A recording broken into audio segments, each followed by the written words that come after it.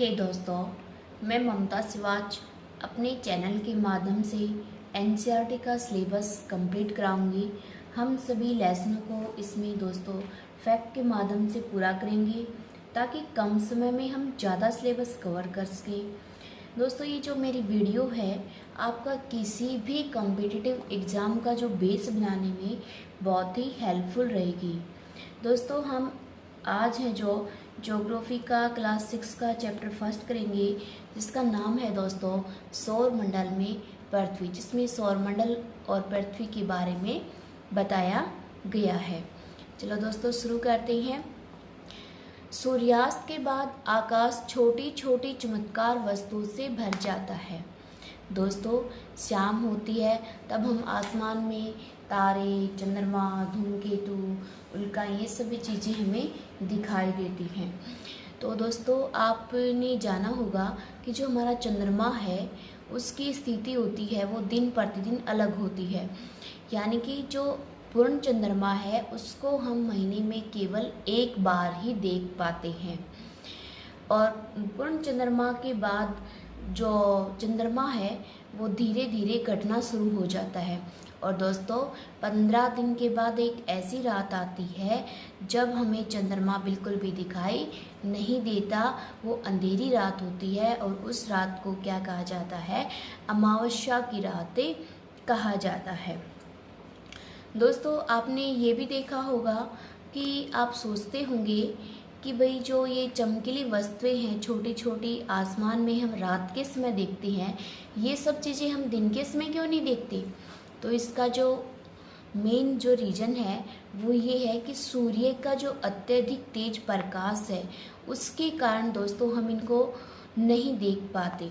हम दिन के समय इन सभी छोटी चमकीली वस्तुओं को सूर्य के अत्यधिक तेज प्रकाश के कारण नहीं देख पाते हैं। आगे सूर्य, चंद्रमा तथा वे सभी वस्तुएं जो रात के समय आसमान में चमकती हैं वो क्या कहलाती हैं? खगोलीय पिंड कहलाती हैं। आगे कुछ खगोलीय पिंड बड़े आकार वाले तथा गर्म होते हैं। इनके पास अपनी ऊष्मा और प्रकाश होता है। ये गैसों से बने होते हैं। इन खगोलीय पिंडों को क्या कहते हैं? तारा कहते हैं। जो हमारा सूर्य है वो भी एक क्या है? तारा है। रात्रि में आसमान की ओर देखते समय हम तारों के विभिन्न समूह द्वारा बनाई गई आकृतियों को देख सकते हैं। यानी कि जो तारों के द्वारा विभिन्न प्रकार की आकृतियाँ बनाई जाती हैं, और जो तारों के द्वारा जो आकृति बनाई जाती हैं वो क्या कहलाती हैं?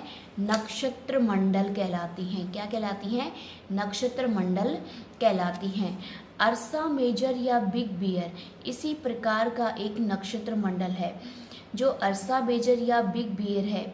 दोस्तों, आपने सप्तऋषि के बारे में सुना होगा।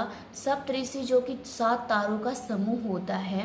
इसमें 7 तारे होते हैं। जो नीचे जो 4 तारे होती हैं वो चकोर होती हैं, और 3 तारे होती हैं वो तिरछी लाइन में होती हैं। जब हम इनको मिलाते हैं एक काल्पनिक रेखा से तो एक प्रश्नवाचक का चिन्ह बनता है। दोस्तों, जो सप्तऋषि है 7 तारों का समूह है, इसको कहीं कहीं पर अर्सा मेजर या बिग बियर के नाम से भी जानते हैं, क्योंकि जो अर्सा मेजर और बिग बियर है इसी का हिस्सा है वो सप्तऋषि। दोस्तों, आगे देखें कि जो हमारे प्राचीन समय में जो हमारे बुजुर्ग थे वो दिशाओं का ज्ञान कैसे करते थे? वो दिशा का पता है वो तारों की सहायता से लगाते थे।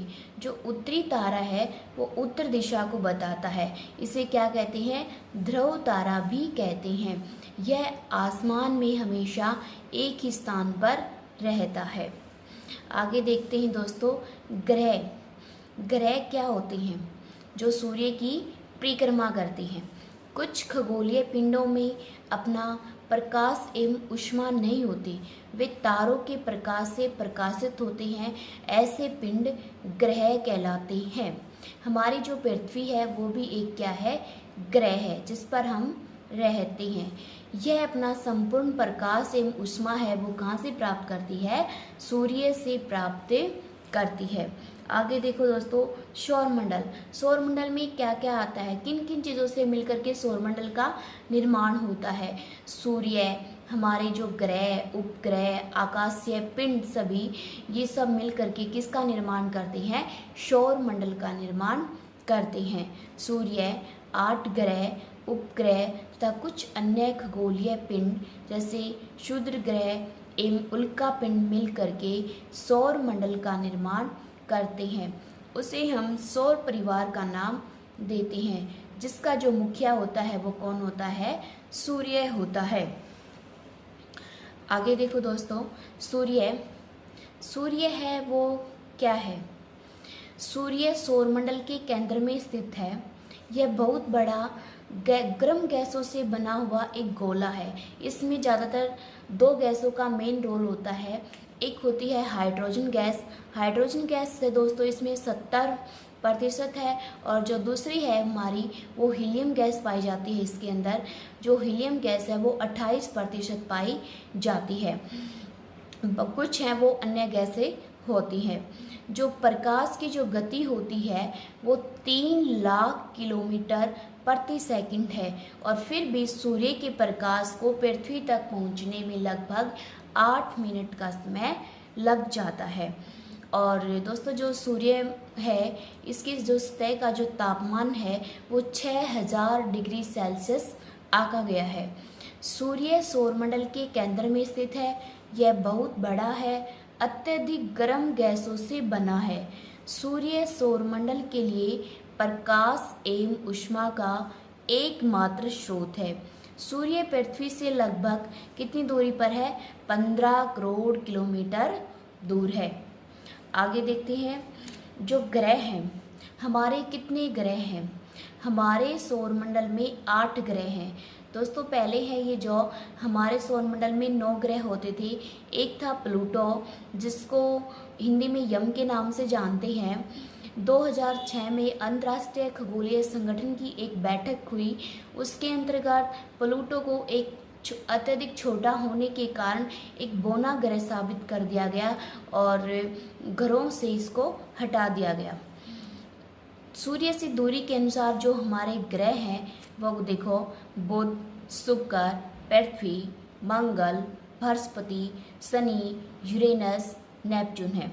हमारा जो बुध ग्रह है वो सबसे छोटा है, और जो बृहस्पति है वो सबसे बड़ा है। सौर मंडल के सभी 8 ग्रह एक निश्चित पथ पर सूर्य का चक्कर लगाते हैं। ये रास्ते दीर्घवृत्ताकार में फैले हुए हैं, और ये क्या कहलाती हैं? कक्षा कहलाती हैं। क्या कहलाती हैं? कक्षा कहलाती हैं। आगे देखो दोस्तों, बुध सूर्य के सबसे नजदीक ग्रह है। अपनी कक्षा में सूर्य के चारों ओर एक चक्कर लगाने में 88 दिन का समय लेता है। और जो दोस्तों शुक्र है हमारा, वो सबसे गर्म ग्रह है। शुक्र को भोर का तारा या सांझ का तारा भी कहते हैं। शुक्र को पृथ्वी का जुड़वा ग्रह माना जाता है। इसकी आकृति है वो लगभग किस जैसी है? पृथ्वी के समान ही है। आगे पृथ्वी, सूर्य से दूरी के हिसाब से पृथ्वी तीसरा ग्रह है। आकार में यह 5वां सबसे बड़ा ग्रह है। जीवन के लिए अनुकूलन परिस्थितियाँ केवल पृथ्वी पर ही पाई जाती हैं। पृथ्वी न तो अधिक गर्म है और न ही अधिक ठंडी है। यहाँ पानी और वायु हैं वो उपस्थित हैं, जो हमारे जीवन के लिए आवश्यक हैं। अंतरिक्ष से देखने पर जो पृथ्वी है वो किस रंग की दिखाई देती है? नीले रंग की दिखाई देती है, क्योंकि इसकी 2/3 सतह है वो किससे ढकी हुई है? पानी से ढकी हुई है, इसलिए इसे नीला ग्रह कहा जाता है। आगे है दोस्तों चंद्रमा। हमारी पृथ्वी का केवल एक ही मात्र प्राकृतिक उपग्रह है, वो कौन सा है? चंद्रमा है। यह सौर मंडल का 5वां सबसे विशाल प्राकृतिक उपग्रह है। यानी कि सौर मंडल में जितने उपग्रह हैं उनमें से 5वें स्थान पर हमारे चंद्रमा का नाम आता है। इसका जो व्यास है पृथ्वी के व्यास का केवल 1/4 है। यह हमसे लगभग 3,84,400 किलोमीटर दूर है। चंद्रमा पृथ्वी का एक चक्कर लगभग 27 दिन में पूरा करता है। आगे दोस्तों क्षुद्र ग्रह। क्षुद्र ग्रह है दोस्तों, ऐसा माना जाता है कि जो क्षुद्र ग्रह हैं वो ग्रहों का ही हिस्सा थे, किसी कारणवश से वो उनसे उनके खंड है वो अलग हो गए और वो भी अब सूर्य की जो क्या करती हैं, परिक्रमा करती हैं। तारों, ग्रहों एवं उपग्रहों के अतिरिक्त असंख्य छोटे पिंड भी सूर्य के चारों ओर चक्कर लगाते हैं। इन पिंडों को क्षुद्र ग्रह कहा जाता है। सबसे पहले खोजा गया जो क्षुद्र ग्रह है वो सेरेस है, जो कि 1801 में खोजा गया था। और ये जो क्षुद्र ग्रह हैं दोस्तों, ये मंगल और बृहस्पति की कक्षाओं के बीच में पाए जाते हैं। उल्कापिंड दोस्तों, आपने रात के समय आसमान में देखा होगा कि एक टूटता हुआ तारा नजर आता है। ये जो टूटता हुआ तारा होता है यही क्या कहलाती हैं, उल्कापिंड कहलाती हैं।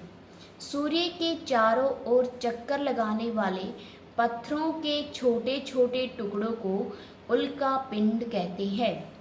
आगे आकाशगंगा। तारों की एक बहुत बड़ी प्रणाली को आकाशगंगा कहते हैं। लाखों आकाशगंगाएं मिलकर एक ब्रह्मांड का निर्माण करती हैं। हम सभी ब्रह्मांड का हिस्सा हैं। आगे दोस्तों जो ग्रह हैं उनके बारे में बताया गया है कि जो ग्रह हैं वो अपनी परिक्रमा सूर्य के चारों ओर कितने दिन में पूरी करती हैं। अपने अक्ष पर उनका घूर्णन काल है वो कितना है। जो ग्रह हैं दोस्तों वो जो सूर्य के बहुत नज़दीक होते हैं और चट्टानों से बने हैं, वो कौन से ग्रह कहलाती हैं, आंतरिक ग्रह। आंतरिक ग्रह या पार्थिव ग्रह भी कहा जाता है इनको। ये जो पार्थिव ग्रह हैं वो कितने हैं, 4 हैं।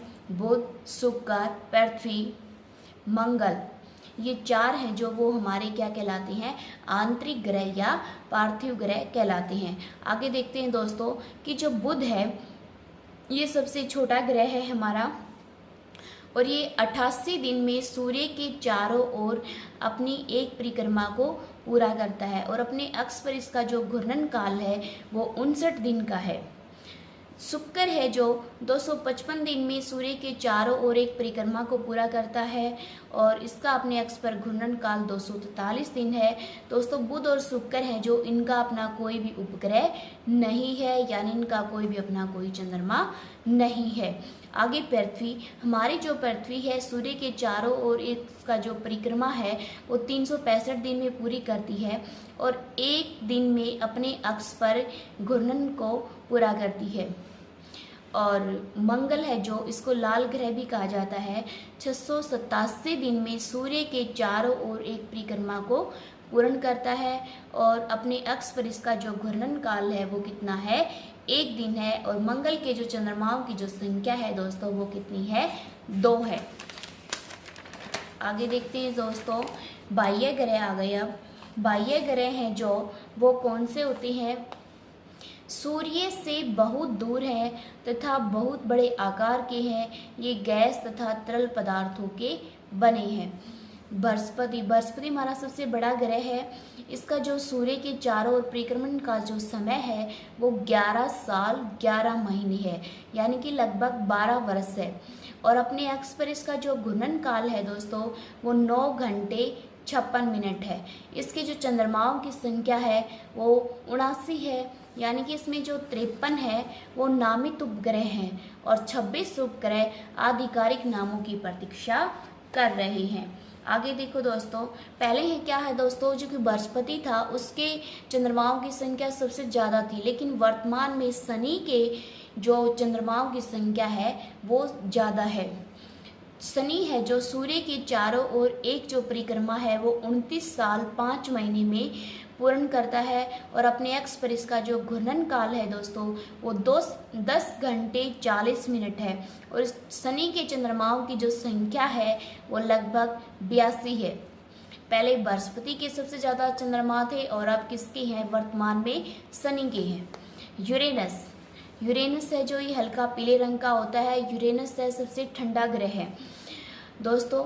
84 दिन में ये अपने सूर्य के चारों ओर एक चक्कर को पूरा करता है और इसका अपने अक्ष पर जो घूर्णन काल है वो 17 घंटे 14 मिनट है। और इसके चंद्रमाओं की संख्या है वो कितनी है, लगभग 27 है।